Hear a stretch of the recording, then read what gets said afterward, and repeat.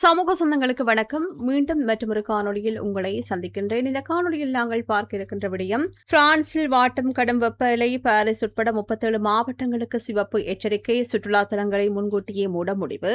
பிரான்சில் காட்டுத்தீயால் 17,000 ஹெக்டேர் காடுகள் எரிந்து சாம்பல். ஸ்பெயின் காட்டுத்தீ 12 பேர் பலி. பிரெஞ்சு பெண் உட்பட 20க்கும் மேற்பட்டோரை காணவில்லை என்று தகவல். தீவிரமடையும் வெப்ப அலையால் தென்கொரியாவில் முதன்முறையாக அதிஉயர் எச்சரிக்கை விடுக்கப்பட்டிருக்கின்றது. அடுத்து சீனாவை உலுக்கிய பாவை பேரிடர் காரணமாக 20 லட்சத்துக்கும் மேற்பட்ட மக்கள் அவசரமாக வெளியேற்றப்பட்டிருக்கின்றார்கள். இவை பற்றித்தான் இந்த காணொலியில் நாங்கள் விரிவாக பார்க்க இருக்கின்றோம். வாங்க காணொலிக்குள் போகலாம். பிரான்ஸ் நாடு முழுவதும் கோடைக்கால வெப்ப அலை தற்போது மீண்டும் தீவிரமடைந்துள்ளது. தலைநகர் பாரிஸ் மற்றும் எல்து பிரான்ஸ் பிராந்தியம் உள்ளிட்ட நாட்டின் வடமேற்கு பகுதிகளைச் சேர்ந்த 37 மாவட்டங்களுக்கு இன்று முதல் அதிஉயர் சிவப்பு எச்சரிக்கை விடுக்கப்பட்டுள்ளது. மேலும் 46 மாகாணங்கள் செம்மஞ்சள் எச்சரிக்கை நிலையின் கீழ் வைக்கப்பட்டுள்ளதாக பிரெஞ்சு வானிலை ஆய்வு மையமான மெட்ரோ பிரான்ஸ் தெரிவித்துள்ளது. நாட்டின் பல பகுதிகளில் வெப்பநிலை தொடர்ந்தும் அதிகரித்து வருகின்ற நிலையில் குறிப்பாக நியூவெல் ஆக்விடைன் பிராந்தியத்தில் 40 பாகை சி வரையிலும், லா லோயர் ஆற்றின் தெற்கு பகுதிகளில் 38 முதல் 42 பாகை சி வரையிலும் வெப்பம் பதிவாகக்கூடும் என்று எச்சரிக்கப்பட்டுள்ளது. ஏனைய பகுதிகளில் 33 முதல் 38 பாகை வரையில் வெப்பநிலை நிலவும். இருப்பினும் ஹார்ஷிகா தீவும் மத்திய தரை கடலோர பகுதிகளும் இந்த கடுமையான வெப்பத்திலிருந்து ஓரளவு தப்பியிருக்கின்றன. இந்த வெப்ப அலை குறைந்தது அடுத்த வார நடுப்பகுதி வரையில் நீடிக்கும் என்றும், மேற்கு பகுதிகளில் இடியுடன் கூடிய மழை பெய்யும் பட்சத்தில் வெப்பம் படிப்படியாக குறையலாம் என்றும் வானிலை மையம் குறிப்பிட்டுள்ளது. அதிகரித்து வருகின்ற வெப்பம் காரணமாக பாரிஸின் முக்கிய சுற்றுலா மையங்களான ஈபிள் கோபுரம், லூவ்ரே அருங்காட்சியகம் மற்றும் மியூசி டி ஓர்ஷி ஆகியவை வழக்கத்தை விட முன்கூட்டியே மூடப்படுவதாக அறிவிக்கப்பட்டுள்ளது. ஈபிள் கோபுரம் ஜூலை 11 மற்றும் 12 ஆகிய தேதிகளில் நள்ளிரவு 12:45 பதிலாக மாலை 4 மணிக்கே மூடப்படும். லூவ்ரே அருங்காட்சியகம் நாளை வரை மாலை 4 மணிக்கு மூடப்படும். மியூசி டி ஓர்ஷே புதன்கிழமை வரையில் மாலை 5 மணிக்கு மூடப்படும். ஜூலை 14ஆம் தேதி பிரான்சின் தேசிய தின கொண்டாட்டங்கள் வரவிருக்கின்ற நிலையில் சிவப்பு எச்சரிக்கை விடுக்கப்பட்டுள்ள பகுதிகளில் உள்ள அனைத்து வெளிப்புற விளையாட்டு நிகழ்வுகளையும் ரத்து செய்ய மாவட்ட ஆட்சியர்கள் முன்னுரிமை அளிக்கப்பட்டுள்ளதாக உள்துறை அமைச்சர் கூறுகின்றார். கலாச்சார நிகழ்வுகள் மற்றும் பாரம்பரிய வான வேடிக்கை போன்ற பண்டிகை நிகழ்வுகள் பாதுகாப்பு சூழலை கருத்தில் கொண்டு ஒவ்வொரு பகுதிக்கும் தனித்தனியாக ஆய்வு செய்யப்பட்டு ரத்து செய்வது குறித்து முடிவெடுக்கப்படும் என்று தெரிவிக்கப்பட்டுள்ளது. வெப்பத்தின் தாக்கம் காரணமாக மக்கள் நீர்நிலைகளை நோக்கி செல்வதால் விபத்துகளும் அதிகரித்திருக்கின்றன. கடந்த ஜூன் 19ஆம் தேதி முதல் இதுவரையில் 139 பேர் நீரில் மூழ்கி உயிரிழந்துள்ளதாக பிரான்ஸ் தகவல்கள் கூறுகின்றது. கடந்த காலங்களை விட இது கிட்டத்தட்ட 18% அதிகமாகும். பாரிஸில் உள்ள சுமார் 1,00,000 பரன் குடியிருப்புகள் பெரும்பாலும் துத்தநாக கூரைகளால் வேயப்பட்டிருக்கின்ற பின்னணியில் இந்த வெப்ப அலையின் போது இவை கடுமையாக வெப்ப கொதிகலன்களாக மாறுவதால் அங்கு வசிக்கின்றவர்களின் இறப்பு அபாயமானது 4 மடங்காக அதிகரித்திருக்கின்றது. இதனால் வரலாற்று சிறப்புமிக்க இந்த கட்டடங்களை வெப்ப காப்பு செய்ய வேண்டியதன் அவசியம் குறித்து விவாதங்களும் எழுந்திருக்கின்றன. கடுமையான வெப்ப அலையை சமாளிக்க முதியவர்கள் மற்றும் நோயாளிகளை பாதுகாக்கும் நோக்கில் மருத்துவமனைகள் மற்றும் சமூக பராமரிப்பு நிறுவனங்களுக்கு இதுவரையில் 7,500 குளிரூட்டி சாதனங்கள் வழங்கப்பட்டுள்ளதாக சுகாதார அமைச்சர் ஸ்டெபானி ரெஸ்ட் அறிவித்திருக்கின்றார். கடந்த ஜூன் 26 அன்று தொடங்கப்பட்ட 100 மில்லியன் யூரோக்கள் மதிப்பிலான இந்த விசேட திட்டத்தின் கீழ் மொத்தம் 30,000 குளிரூட்டிகள் கொள்ளளவு செய்யப்பட உள்ளன. இதில் ஜூலை 15க்குள் 15,000 சாதனங்களும், ஆகஸ்ட் மாத தொடக்கத்திற்குள் முழு இலக்கான 30,000 சாதனங்களும் விநியோகிக்கப்படும் என்று அமைச்சர் உறுதியளித்தார். சிவப்பு எச்சரிக்கை விடுக்கப்பட்டுள்ள பகுதிகளில் உள்ள பொதுமக்கள் அவசியமற்ற வெளிப்புற நடவடிக்கைகளை, பகல் நேர பயணங்களை தவிர்க்குமாறு அதிகாரிகள் பலத்த அறிவுறுத்தல் விடுத்துள்ளார்கள். அடுத்து பிரான்ஸ் நாடு முழுவதும் கோடைக்கால வெப்ப அலையுடன் காட்டுத்தீயும் ஒரே நேரத்தில் தீவிரமடைந்துள்ளதால் பெரு நெருக்கடி நிலை ஏற்பட்டுள்ளது. வெப்ப அலையின் தீவிரத்தால் நாடு முழுவதும் காடுகள் வேகமாக தீப்பற்றி எரிந்து வருகின்றன. தற்போதைய கள நிலவரம் குறித்து உள்துறை அமைச்சர் செய்தியாளர்களிடம் பேசுகையில், நேற்று ஒரே நாளில் மட்டும் 250 இடங்களில் தீ விபத்துக்கள் பதிவாகி இருக்கின்றன. இதில் சுமார் 30 கடுமையான தீ விபத்துக்களை தீயணைப்பு வீரர்கள் தீவிரமாக போராடி அணைக்க வேண்டி இருந்தது. இந்த தருணம் வரையில் ஏற்கனவே 17,000 ஹெக்டேர் நிலம் எரிந்து சாம்பலாகிவிட்டதாக கூறினார்.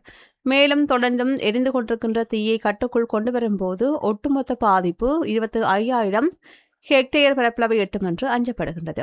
இது கடந்த 2025ஆம் ஆண்டின் இதே காலகட்டத்துடன் ஒப்பிடும்போது 2 மடங்கு அதிகம் என்பதும், 2022ஆம் ஆண்டின் பாதிப்பை விட மிக அதிகம் என்பது நிலைமையின் தீவிரத்தை காட்டுகின்றது. தீ விபத்துகளின் பின்னணி குறித்து பேசிய அவர், ஆபத்து மிக மிக அதிகமாக உள்ளதால் ஒவ்வொரு நாளும் சிவப்பு வெப்ப அலை வரைபடத்தையும் காட்டுத்தீ வரைபடத்தையும் கொண்டு தீவிர கண்காணிப்பில் ஈடுபட்டு வருகின்றோம். எனினும் காடுகள் ஏற்படுகின்ற 10 தீ விபத்துக்கள் 9 விபத்துக்கள் மனிதர்களின் நடவடிக்கைகளால் ஏற்படுவதாக தெரிவித்தார். அலட்சியமாக மட்டுமன்றி வேண்டுமென்றே தீ வைக்கும் செயல்களும் அரங்கேறி வருவதாகவும் இது தொடர்பாக இதுவரையில் 32 பேர் கைது செய்யப்பட்டுள்ளதாகவும் தெரிவித்தார். இவர்களில் 2 பங்கு பேர் வேண்டுமென்று தீ வைத்த குற்றத்திற்காகவும் 1 பங்கு பேர் தற்செயலாக தீ விபத்தை ஏற்படுத்தியதற்காகவும் கைது செய்யப்பட்டிருக்கின்றார்கள்.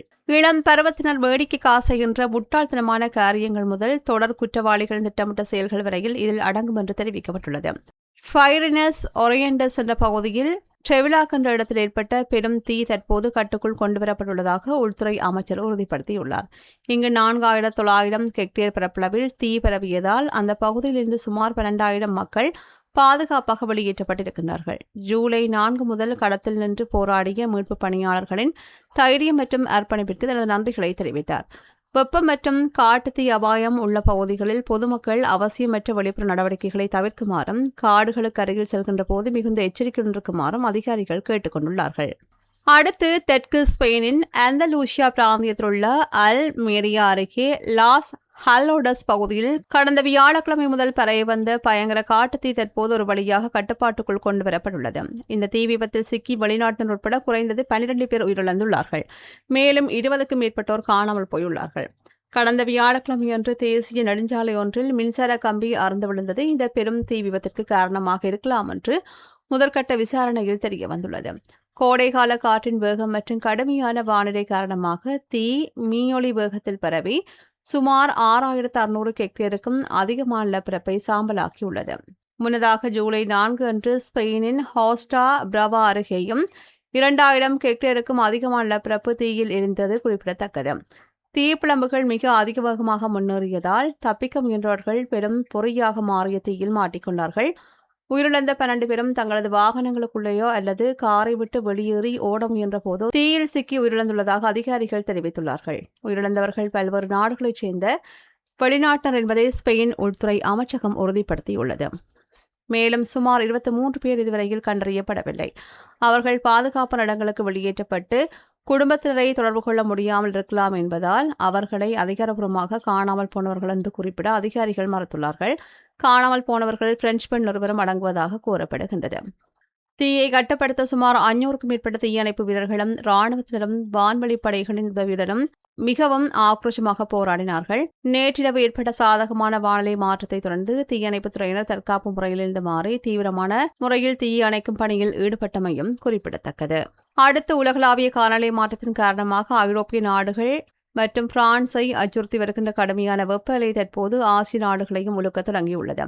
இதன் ஒரு பகுதியாக தென்கொரியாவில் முன்னெப்போதும் இல்லாத வகையில் இன்று வரலாற்றிலேயே முதல் முறையாக மிக உயர்ந்த அளவிலான வானிலை எச்சரிக்கை விடுக்கப்பட்டிருக்கின்றது. தென்கொரியாவின் தென்கிழக்கு பிராந்தியங்களில் கடந்த வெள்ளி மற்றும் சனிக்கிழமைகளில் வெப்பநிலை தொடர்ந்து 35 பாகைசியாக பதிவாகி மக்களை வாட்டி வதைத்தது.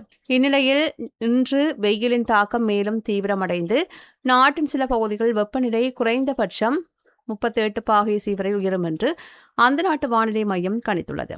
அதிவேகமாக மாறி வருகின்ற தீவிர வானிலை மாற்றங்களையும் அதனால் ஏற்படுகின்ற இயற்கை பேரிடர்களையும் கையாள்வதற்காக தென்கொரிய அரசு இந்த ஆண்டில் புதிய வானிலை எச்சரிக்கை கட்டமைப்பை உருவாக்கியுள்ளமையும் குறிப்பிடத்தக்கது.